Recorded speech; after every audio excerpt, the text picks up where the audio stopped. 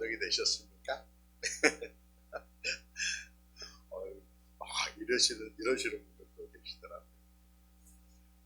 넘어질 수 있습니다. 달려내다가 넘어지는 상황이 우리에게 올 수 있다라고 저는 생각합니다. 문제는 일어서느냐 주저앉느냐이겠죠. 주님은 우리에게 다시 일어서라 그리고 함께 달리자라고 이렇게 말씀하십니다. 오늘 우리가 옆에 계시는 분들하고 좀 이렇게 교제하면 참 은혜가 될 것 같아요. 같이 한번 얘기합시다. 포기하지 맙시다. 옆에 분들 바라보면서 포기하지 맙시다. 포기하지 맙시다. 우리 한 주간 동안 장혜비 집사님 굉장히 많이 힘들게 검사하시고 다시 일어서셨지만 포기하지 마시고, 우리 지민정 집사님도 지난 8월 한 달 동안 그 따님의 굉장히 가기 어려움 때문에 우리가 그 집사님께서 함께 또 따님과 계셔야 됐었고, 그래서 우리가 못 나오셨지만 9월부터는 목사님 예배 드릴게요. 같이 하겠습니다. 하셨어요. 우리의 예배 드림의 숫자가 적고 또 때로는 넘어짐으로 인하여서 고통스러운 시간들을 보내는 경우들이 많이 있습니다. 그렇게 살아냅니다. 그럼에도 불구하고 포기하지 아니하면은 다시 달릴 수 있고요. 또 좋은 결과도 얻는 그런 은혜의 도리라고 믿습니다. 경마장에 가면은요, 말들에게, 경주마들에게 관중으로 인해서 놀라지 말라라고, 놀라는 걸 방지하기 위해서 씌우는 안대가 있습니다. 머리에 씌우는 안대. 요 안대를요, 차 안대라고 그렇게 부릅니다. 그래서 그림 보시면 말이 이렇게 쓰고 있잖아요. 이렇게 쓰고.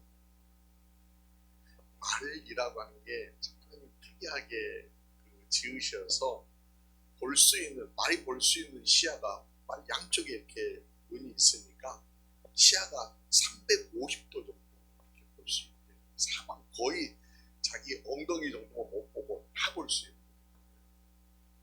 그런데 이게 장점이면서 달리다 보면은 다른 말이 달리는 것을 보면서 흥분하기도 하고요, 또 두려움을 느끼기도 하고요, 또 때로는 사람들이 막 응원하고 흥분하는 그 모습을 보면서 말도 깜짝 놀라기도 하고요. 그래서 경주마들에게는 이렇게 차 안대를 딱 씌운대요.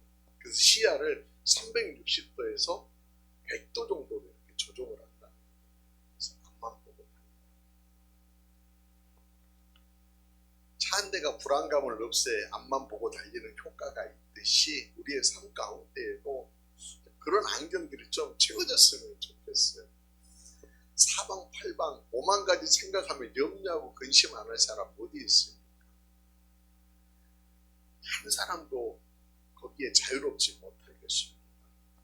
그런데 우리가 시선을 향하여서 시선을 흐트러뜨리지 않고 살아내면은 효과적인 어떤 멋진 삶을 살아낼 수 있다. 오늘 본문의 요나도요, 차 한 대가 안 채워졌었어요. 그러다 보니까 도망가기도 하고, 하나님이 내리치시는 바람 앞에 무심하기도 하고, 결국에는 물고기 뱃속에서 3일 동안을 보내면서 그가 하나님 앞에 간절함으로 회개하는 기도를 올려드립니다.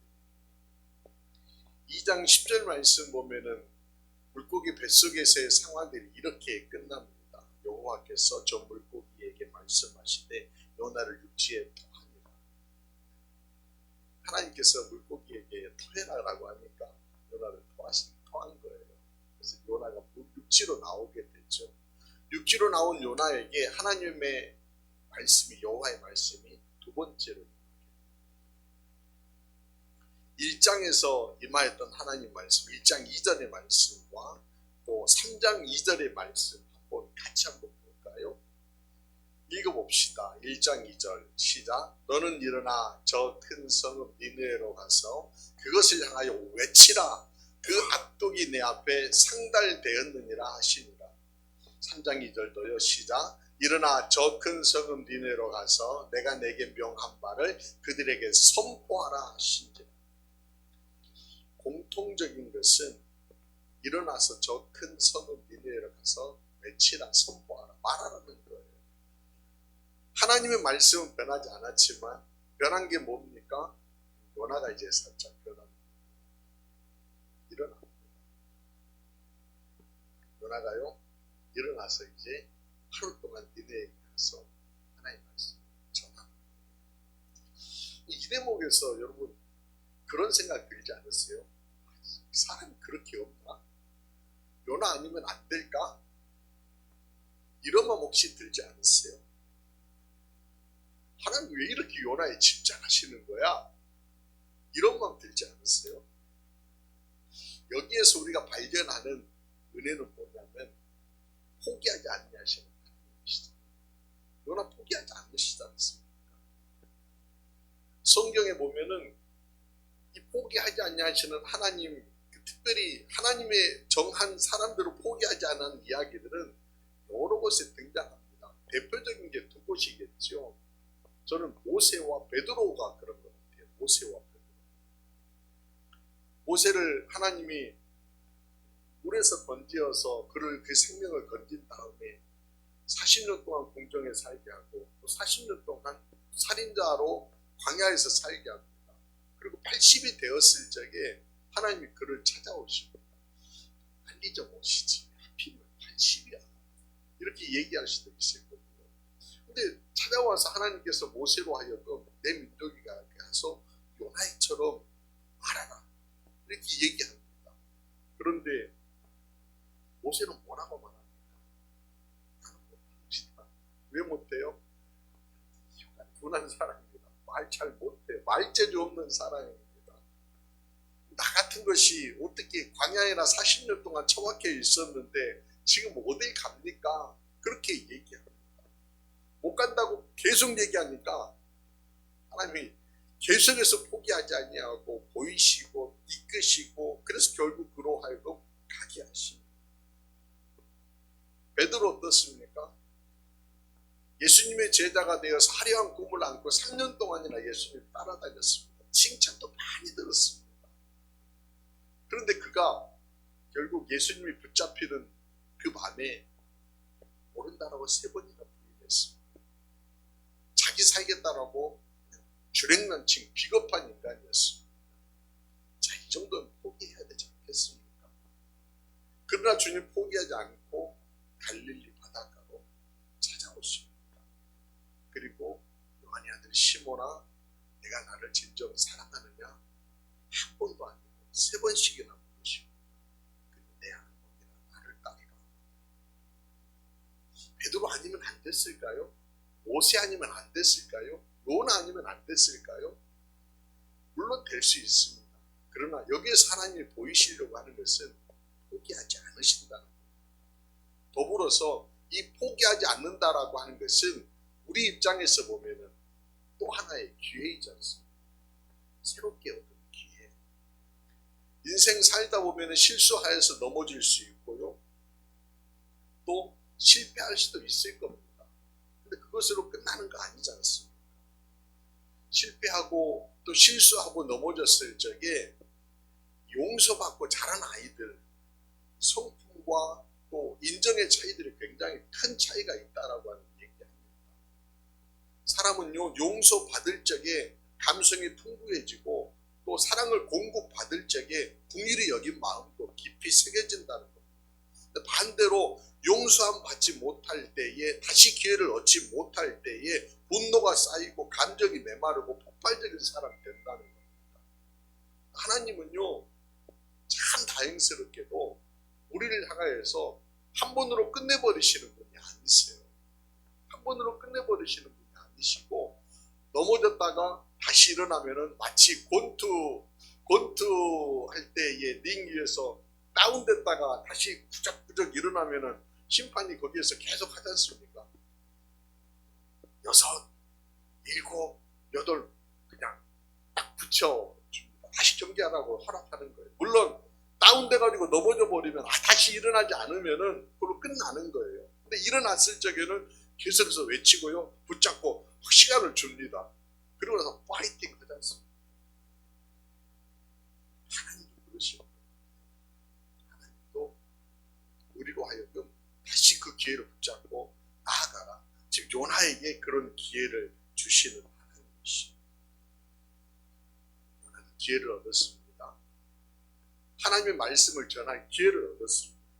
물론 그의 자세에 대해서 그 얻은 기회를 가지고 어떻게 살았느냐에 대해서는 조금 여지들을 남겨놓고 우리 마음의 여지들, 다음번에도 나눌 여지들, 사장의 요나의 마음 우리가 다 알고 있으니까요. 그 여지들 3장에서 어떻게 외쳤을까 그 자세에 대해서는 좀 놔두시고요. 하나님만 보십시오. 포기하지 아니하시고 다시 기회를 주시는 하나님, 그 하나님 보십시오. 이 하나님의 은혜를 여러분도 누릴 수 있기를 바랍니다. 그리고 더 나아가서요, 놀라운 것은 요나가 선포를 합니다. 니느웨가요 40일이 지나면은 무너진다라고 하는 이 선포를 합니다. 이 얘기를 들었던 니느웨 사람들이 5절에 보면 어떻게 반응합니까? 5절 말씀 같이 읽어볼까요? 시작. 니느웨 사람들이 하나님을 믿고 그 음식을 선포하고 옷벗고 낮은 자를 막론하고 굵은 베옷을 입은지라. 하나님을 믿고 그 음식을 선포하고 먹고 낮은 자를 막론하고 베옷을 입었다. 어떻게 이런 일이 가능할까? 저 변방이잖아요. 아수르라고 하는 나라는 그때 당시에 그 지역 안에서는 큰 나라, 패권을 쥐고 있는 나라고, 유대라고 하는 나라는 변방의 조그만 나라예요. 변방의 시골에 살고 있는 시골뜨기 요나, 이름도 없는 사람, 볼품도 없었을 것이고, 그런 촌뜨기 선지자가 말하는 말을 이처럼 쉽게 받아들이며 회개할 수 있을까? 어떻게 이런 일이 가능할까? 두 가지 것으로 요약해 볼 수 있을 것 같아요. 하나는 성령의 만져주심, 하나님의 만져주심 아닐까? 이렇게 설명할 수 있을 것 같아요. 사람 마음 돌이킨다는 게 얼마나 어렵습니까? 한 사람, 한 조직에 돌이켜서 변한다라고 하는 것, 이거 쉽지 않은 일입니다. 성령의 바람이 일어나지 않냐고는 이런 일들이 사실 불가능하다라고 그렇게 여겨질 수 있을 것 같아요. 우리 기독교가요, 기독교 역사 안에서 평안 대부흥운동, 원산 대부흥운동을 기점으로 해서 교회가 회개운동의 어떤 역사들을 새롭게 내려가기 시작을 합니다. 그 전까지만 해도 선교사들이요, 조선 사람들을 바라볼 적에 어떤 마음 들었을까요? 여러분들, 우리나라가 100년 전에 조선 대한민국이 얼마나 가난하였을지 다 알잖아요. 미천하게 미개한 사람들을 생각합니다. 우리가 지금 아프리카 가가지고 선교할 적에 아프리카 오지에 있는 사람들을 막 구정물 뒤집어 쓰고 험악하게 살고 있는 모습 보면은 미개하다라고 여기는 그 마음처럼 선교사들에게도 그 마음이 있었어요. 근데 그 마음을요, 그들이 돌이켜요. 그 돌이킴의 역사들이 다른 성도들에까지 계속해서 파급되더니 온 사람들이 다 회개하는 역사들이 일어나지 않습니까? 이게 누가 하는 거예요? 성령이 하셨다라고 고백합니다. 성령이 하신 거예요. 아마 니느웨 사람들도 성령이 만져주신 거 아닌가? 이렇게 생각할 수 있고요. 또 한 가지 추론할 수 있는 것은 공감대예요.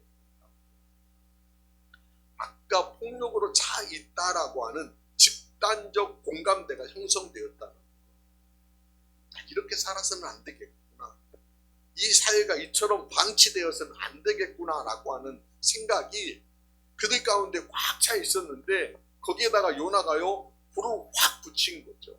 그래서 그 마음 가운데 그들이 정신이 번쩍 들어서 이렇게 살아서는 안 되겠구나. 하나님 앞에 엎드려야 되겠구나. 이렇게 판단할 수 있다는 겁니다. 우리가 몸에도 이런 사인들이 있지 않습니까? 몸을 혹사하면 건강 이상 신호가 옵니다. 이걸 근데 방치하면 어떻게 돼요?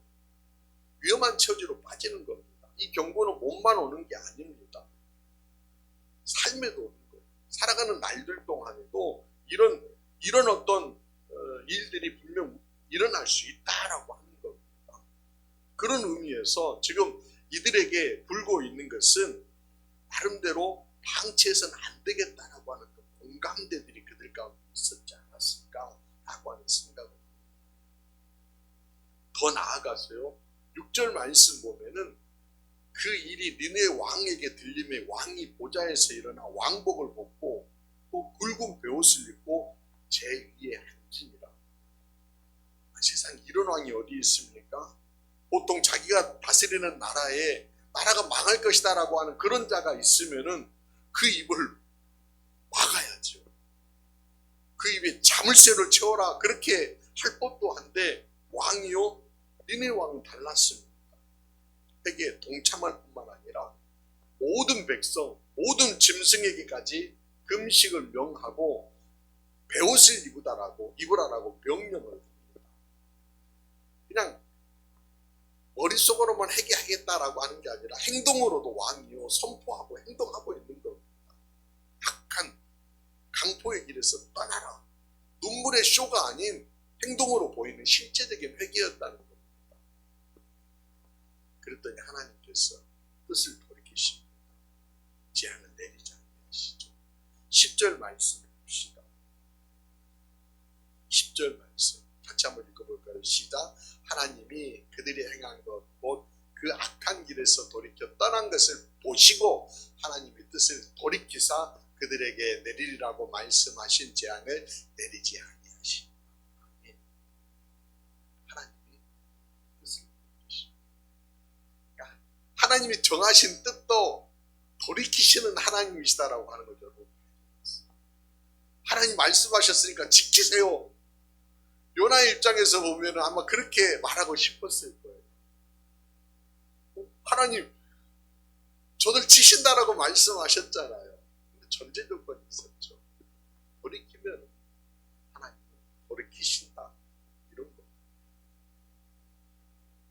하나님 돌이키셨어요. 이거 고대 사회나 있을 법한 일인데 현대에도 있을까요? 여러분, 우리 사회 안에 하나님 이런 뜻을 돌이키는 역사들이 있을까? 저는 있다라고 저는 믿습니다. 그러니까 우리가 전해야 되는 것이고요. 그러니까 우리가 반듯하게 살아내야 되는 것입니다. 사회도 위기가 닥칠 적에 분명 우리는 역사를 되짚어 보면은 그런 어떤 반복된 역사들이 우리 가운데 있었습니다. 반대의 경우, 돌이키지 않았던 경우 보십시다. 구한말 시대에요, 자주와 자강 민권에 대한 열기가요 조선 땅에 가득했습니다. 교회가 회개하기 운동하면서 이렇게 해서는 안 된다라고 하는 그런 운동들이요 계속해서 번져가기 시작을 합니다. 들불처럼 이 땅 가운데 계속해서 일어납니다. 그런데요, 그 불길이요 어느 날 사그러들기 시작을 합니다. 막아버립니다. 변해야 된다라고, 이 땅이 변해야 된다라고 그렇게 얘기할 적에 정치인들이 변하지 않습니다. 기득권 세력들이 변하지 않습니다. 외면합니다. 자기 기득권 강화하는 데 안주하고요, 나라가 빼앗겨지는 데에도 그냥 뒷짐지고 있고 그 안에서 자기 이득을 취하려고 그렇게 길을 찾아갑니다. 그러니 나라가 어떻게 되었습니까? 일제에 넘어가서 수탈당하고 고난의 시간들을 보냈던 것을 봅니다. 아마 원산보호, 평양 대보호운동이 일어난 이후에 정치인들이 새롭게 깨닫고 자강하자, 자주하자, 민권을 지키자 라고 그렇게 돌아섰었으면 다시 기회를 얻어낼 수 있었을 겁니다. 그런 애가 있었습니다. IMF 부재금융을 신청했을 적에 우리나라가요 부도난 상태였습니다. 그럴 때 국민들이 어떻게 했습니까? 교회들이 어떻게 했습니까? 여러분이 안 치는 사람 한번 생각해 보세요. 교회마다 회개운동, 회개기도가 뜨겁게 일어났었습니다. 그때 여러분 하셨던 게 아나바다 운동이었지 않습니까? 그때 교회가 했던 게 내 탓이 운동했지 않습니까? 그때 국민들이, 온 국민들이 다 주머니를 털어서 들고 나왔던 게 금모으기 운동이었지 않습니까? 그랬더니요, 세계가 놀랄 정도로 대한민국이요, IMF 구조금융을요, 단번에 극복해 내버립니다. 그리고 도약하는 기회가 되어집니다. 여러분 보세요. 기회가 주어졌을 때 그 기회를 붙잡느냐 잡지 못하느냐라고 하는 것은 그 이후의 삶의 결과들이 달라질 수 있다라고 하는 겁니다. 온 국민 지도자가 변해야지, 그래야 민족이 살 수 있는 것입니다. 위기를 벗어날 수 있는 것입니다. 경고는요, 비판이 아니라 희망의 소리이고 하나님의 기회인 겁니다. 오늘 이 땅 가운데 들려오고 있는 많은 신음의 소리들 또는 부조리한 이야기들, 이런 이야기들을 들으면서 우리가 해야 될 게 뭐이겠습니까? 요나가 망한다라고 외쳤던 이 외침이 우리 가운데 들려오고 우리 귓정 가운데 지금 맴돌고 우리 심장을 두드리고 있을 적에 교회가 해야 될 게 뭐이겠습니까? 순종하고 회개함으로 돌아서는 것입니다. 경고의 소리를 들을 적에 외면하고 다른 쪽으로 돌이키는 것이 아니라 하나님을 향하여 순종하여 돌이킬 적에 회복의 역사들이 일어나게 된다라고 하는 겁니다. 순종을 선택한다라고 하는 것은 기회를 붙잡는 것이다라고 저는 믿습니다. 오늘 여러분 모두가 하나님 말씀 앞에서 그 말씀을 새기면서 기회를 붙잡고 순종의 길로 나아갈 수 있기를 바랍니다. 그럴 적에 그 길이요, 축복의 길로 활짝 열리게 되는 것입니다. 회복의 길로 활짝 열리게 되는 것입니다.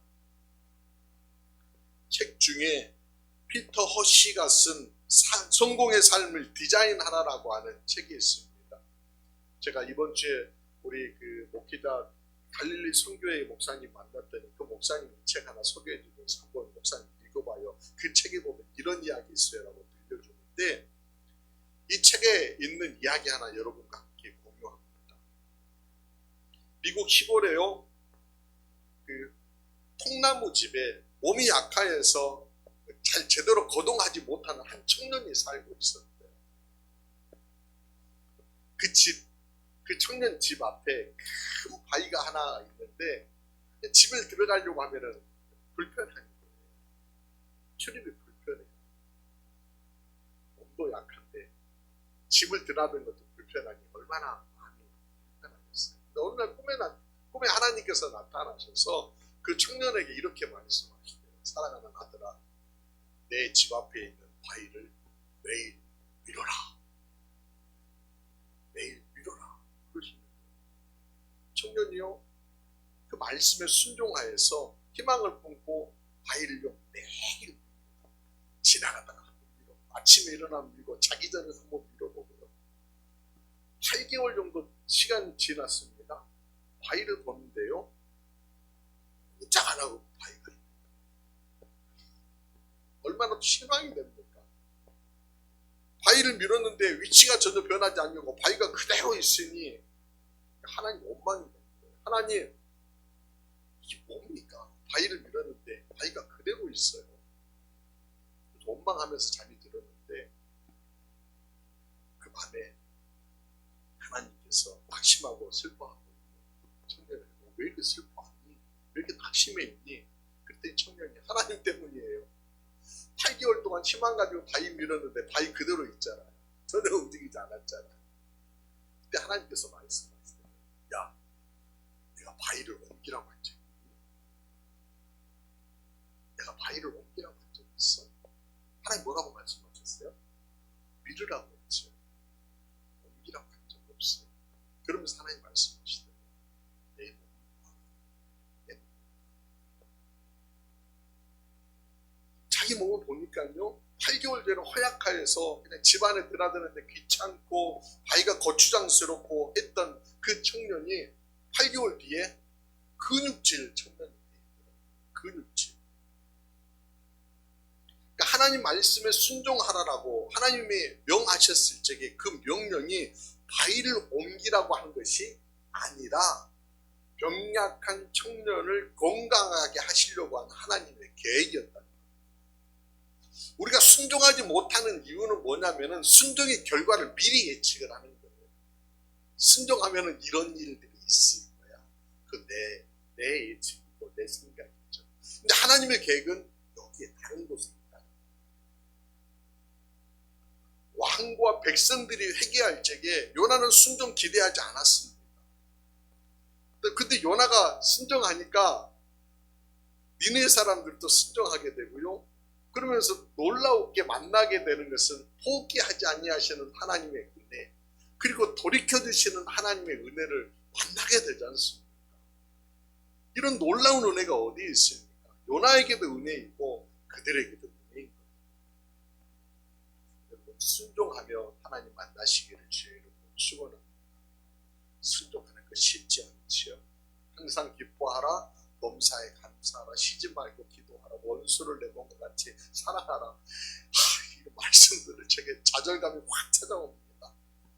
세상이 없는 설교를 듣고 은혜로운 간증을 듣고 뜨거운 성령의 체험하고 다시 순종 앞에 딱 섰을 적에 딱 걸림이 되고 주저하고 멈칫하는 게 우리의 몸 아닌가요? 어렵습니다. 그럴 때 필요한 게 뭐이겠습니까? 여러분, 그럴 때 필요한 게 뭐예요?